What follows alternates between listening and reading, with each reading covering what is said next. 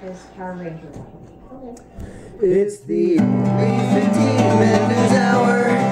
It's the Ownbey 15-minute news hour. It's the Ownbey 15-minute news hour. Here's our sign. Here's our sign.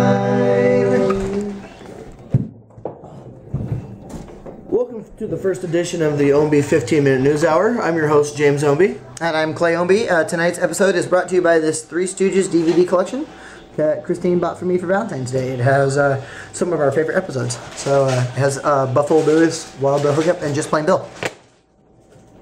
Anyways, what do we say? We jump right in and get to the news. Here's the news stories of the week. This comes out of Yonkers, New York. Matthew Mettegrino, a 36-year-old guy who was released from prison, is now being brought up on charges of impersonating a Department of Correctionals investigators. Officials say that for at least a week after he was out of prison the first time, he used phony credentials to get into multiple lockups, including Rikers Island, where he mingled with the inmates for hours. That's a little weird. Yeah, don't you think you would just get on that Christian Mingle or whatever? Is it? No. Well, maybe. Christian Singler Mingler? Is that what it is? They have to have a single site for ex-cons. You would think so. Well, especially from New York. Anyways. All right. In other news, a lady named Lauren Silberman tried out for the New York Jets. You might have seen this on, well, it probably wasn't on anything. First female ever to try out for an NFL team, like in a legitimate tryout. Her first kick went for 13 yards. And was wide right, where she began to claim that she pulled her quadricep.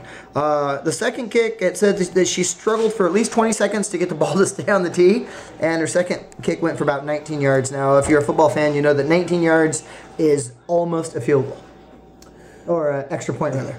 I heard that actually the first day of practice she tried to be tight end, ended up the last day of practice nothing more than a wide receiver. Very nice. Apparently the center position. You know what? Here's the thing about the Jets. Anything they can get. Well, you know, and this doesn't surprise me. They have a woman trying out for a kicker. Haven't they had a woman quarterback for the last 2 or 3 years? Isn't she Tebowing on the sideline? A Massachusetts woman is suing FedEx for accidentally sending her a package containing 7 pounds of marijuana. And then they gave her address to a list of intended recipients who then showed up at her door. The lady, Mary Angela Tobin of Plymouth, Massachusetts, who can be located at 332 West 3rd Avenue, it's a blue house with white trim, said that FedEx gave her address to 3 men who showed up at her door before the package even arrived. Two of the men sat out in the car while the third man was asking for the package. She said that she thought the package was a birthday present for her daughter. That might be the very best part of it. I think so. Could you imagine ordering something for your kid, and I have kids and you have kids, and opening it up and finding 7 pounds of weed? Well, here's the thing. I've got a lot of shitty Christmas or birthday presents. I'm right there with you. If I got a package with 7 pounds of weed in it, the kids are going to stay at the in-law. That's all I'm saying. Is it happy birthday for the daughter or for the parents? Why would you call somebody on that? Would you really call and bitch about you didn't get your Tickle Me Elmo, instead you got 7 pounds of weed worth? But here's the thing. What can Brown do for you? UPS ain't never done shit for me. FedEx should show up and give 7 pounds of weed to this lady. No. For her kid's birthday. Yeah. What, was Bobo the Clown not available to show up that day? If they really wanted to truly make some money in this country, especially in Washington, Colorado, start using that as your slogan. Birthday parties. What can FedEx do for you? Yeah, for my 7-year-old daughter. Well, not much for her, but the parents are going to have a good time. It shows up, it's a half FedEx, half Doritos truck. I think if you smoke enough weed, you could deal with about 15 7-year-olds in your living room. I don't think so. Yeah, probably not. I don't think so. Anyways. All right, what's going on else in the news, Jimmy? Ex-President George W. Bush may be coming down with signs of Alzheimer's disease. No kidding? They're just now figuring out that he's coming down with signs of Alzheimer's disease. Let's look back on some of George Bush's famous quotes from his last 4 years of presidency, shall we? Yes, let's do it. Our enemies never stop thinking about ways to harm our country, and neither do we. Where our wings take dream. I think war is a dangerous place. Fool me once. Shame on you. I can't be fooled again. I like the size of pie, but sometimes I don't particularly like the slices of the pie. The left hand now knows what the right hand is doing. You can't take the high horse and then claim the low road. We have too many docs going out of business. With too many OBGYNs that aren't able to practice their love with women all across this country. And they're just now thinking he has signs of Alzheimer's? Yeah, you want to hear the worst job in this country? Used to be dentist. George Bush speechwriter. Yeah. Probably the most stressful. You can just picture this, right? You got 4 or 5 people in a room writing speeches. Then they give the speech. George leaves the room. They all charge in with about 2 gallons of Jim Beam and just start shooting. Actually, probably what they said is just don't get none on the dress. We'll write your speeches, don't get any on the dress. Hey, you know. Anyways. All right, let's look at some celebrity news. What do you think? Celebrity news? All right. Got some celebrity news? How about this one right here? Rhiannon. You know Rhiannon, the singer one? Sure. She does some songs that you know. Umbrella song. Something about Nope. the shine bright like a diamond. Oh, Rihanna. Rihanna. Oh, Rhiannon. What did I say, Rihanna? Rihanna. That's a Fleetwood Mac song. Oh, yeah. Anyways, that chick. Okay, well, Rihanna. Yes. Right, has publicly opened up now about her blossoming romance with her ex, Chris Brown. You know this piece of crap. She told Britain's Elle magazine, quote, "We got a fresh start and I'm thankful for that," end quote. And she also said that her romance now is so much better. Do you know why? Apparently she realized that Chris Brown's ground game isn't nearly as good as it should be. And as long as she can circle right, she'll stay away from his right cross. He's also not a very good counterpuncher, so all you got to do is just kind of throw a flurry. Well, you know, that black eye that he gave her, it shined bright like a diamond. It did shine bright like a diamond, actually. The Oscars were last week. Yeah, I didn't watch it. Argo won Best Picture at the Oscars. They said following the show immediately afterwards, Ben Affleck removed the mustache that he had worn for most of the movie. And by removing his mustache, that means he took his lips off of Matt Damon's asshole. The big winner at the Oscars was Life of Pi. Took home 4 Oscars, which is funny because that's also the title of Rosie O'Donnell's autobiography, Life of Pi. Can I ask you a question? Yes. Have you ever seen The Life of Pi? No. Me neither. No. And are you going to see it? I saw Pi one time on my prom date, and that was about it. Hey, you know what? It's not necessarily the pie; it's the slices of the pie. You know, really bad. You know, what did George Bush say? Let's go back to our George Bushisms for a minute. You know, it's not the size of the pie. I don't like the size of the pie, but sometimes it's you won't be fooled again. You won't be fooled again. And thinking about that, I don't mind the size of the pie comment. We're just going to leave that one where it is. If there's any fans of America's Got Talent out there, sorry. We just found out that there's a new 4th judge. Heidi Klum is going to be the 4th judge on America's Got Talent. She's going to be replacing the talented judging jobs of David Hasselhoff or Pierce, what's his name? The talk show guy. You know, I think that thing on Seal's face would probably do a better job of judging talent than Heidi Klum would. Now she divorced Seal, but did she get part of that as the divorce settlement? I wonder if it's like 3 spots. Did she used to try to balance a ball on his nose when they were in bed? Is what I want to know. Did he sit there and go? He is a Seal. Well, you have heard that Kiss from a Rose song, haven't you? I think that's how the chorus goes. Anyways, Heidi Klum is going to be joining Howie Mandel, Howard Stern, and Spice Girl, Scary Spice, Mel B, with the afro. Talk about your list of F-list celebrities. Yeah, so you have Heidi Klum, and you have Howard Stern, and you have Howie Mandel, and Spice Girl. And the show is called America's Got Talent. And they're the judges of a talent show. So you have a guy that doesn't want to be touched. Right. That really is an excellent job at talk shows, or game shows, rather. So yeah, but a germaphobe. Right. So you have one guy that doesn't want to be touched. Right. One girl that wants to be touched by everybody. Correct. Another guy that wants to touch anything he can, and a co-core. That's going to be a good show to watch. And the Spice Girl that would just like to be touched. And you think that Mariah Carey and the other crazy chick from the other crazy show have problems? Oh, from American Idol, Nicki Minaj. Sure. Here's another question. It's a talent show. It's a singing show. Yeah, why don't they have someone with talent actually up there judging it? Or that can sing. Now, they do have Keith Urban, but, I mean, Randy Jackson played bass in Journey. But Keith Urban's only like 5'1". He only counts as like half of a musician. Well, and he's Australian. He's the only guy shorter than Tom Cruise. He's married to Nicole Kidman. I didn't know Who's that. like She's seven like foot 7'8". nine. Yeah, exactly. Yeah, how does a guy that short marry a chick that's that tall? Have you ever stood next to a girl that tall? No. Do you know where you're? Well, you know what they say? When you're toes to toes, your nose is in it. And when you're nose to nose, your toes is in it. Is that what they say? That's what I I heard. had no idea they actually said that.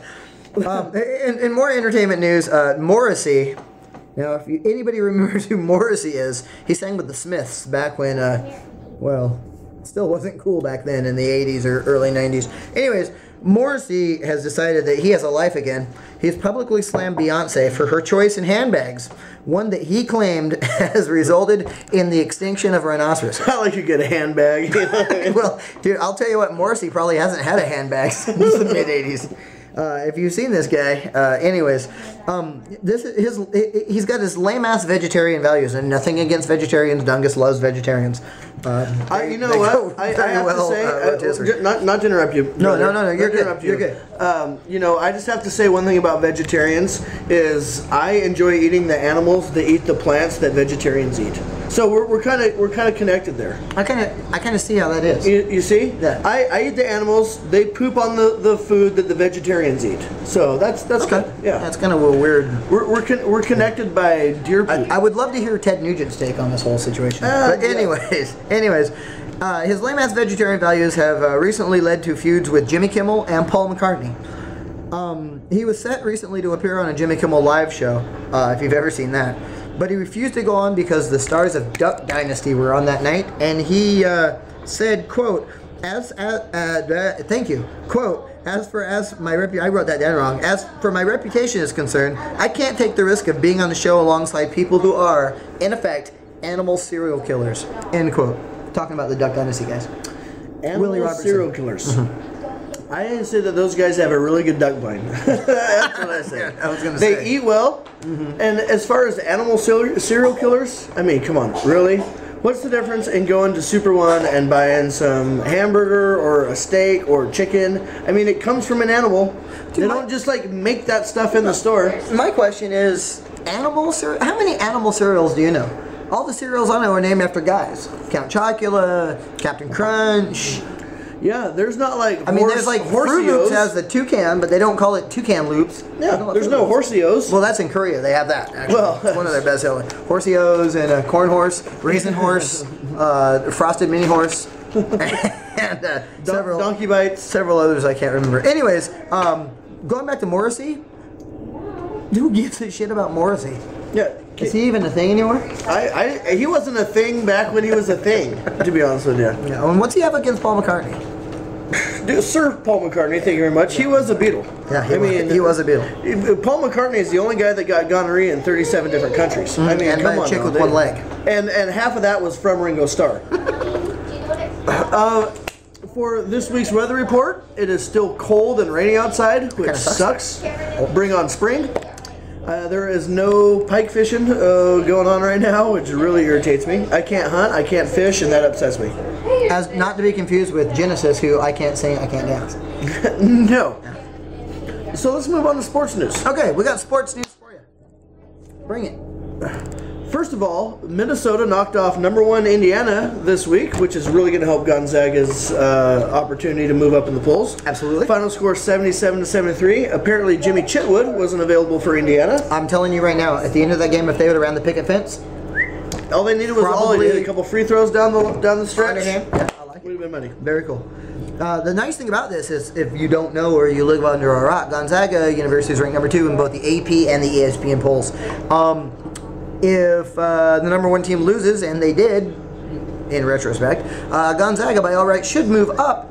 That is, unless the team right behind them, who happens to be in a power conference that we can't stand, Duke, would have beat Miami, which they did on Ryan Kelly's 36 points. However, Thursday night, Duke laid a big fat egg and lost to Virginia. So, what do we say about Duke right here? Coach Kuroshki left a turd on the court. He actually did. It was great. Not to mention #4, Michigan lost. Excellent. And then, as you mentioned, #5, Miami lost to Duke, which means #1 lost, #3 lost, #4 lost, #5 lost. Right. The only team that won was #2. And won convincingly. Absolutely. And one in BYU, which is a difficult place to play, Provo. And you know, One of my favorite words. Brigham Young University is a really tough place to play because you pack that many virgins into a small building, and all Just hell's the gonna break sexual loose. tension in that place Oh my was lord! enough to, you know, they didn't have to wave the things when they were shooting the free throws. They just stood up and there was like a wave of... I'm pretty sure when terrorists die, they send them to Provo.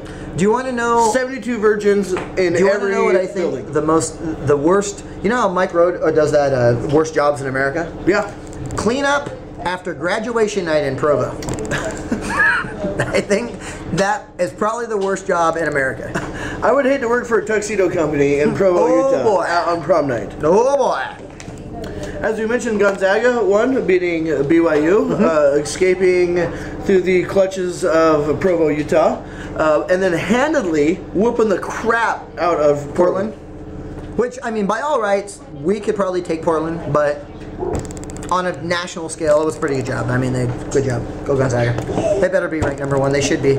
If not, there's some people who are idiots. That was a stupid thing to say. There are a lot of people that are idiots in this country. Anyways, Speaking of idiots in this country, here we go. Tamika Holtzclaw, ex-WNBA player, was arrested this week for assault with a deadly weapon, domestic violence, and attempted murder after rallying shots off into her ex-teammate and also former WNBA player's car. What's her name? I have no clue what her name is. Describe her. I have no clue what she looks like. There you go. Not only that, I have no clue what team she plays for. Which brings it to this segment. This is called the 10-second rule, where I'm going to give Clay 10 seconds to name as many WNBA teams as you possibly can. Teams or players?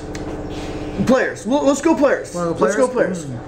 How many WNBA players can you name in 10 seconds? 10 seconds? Hold on, let me get my watch out. Okay. Hold on, I gotta wind it.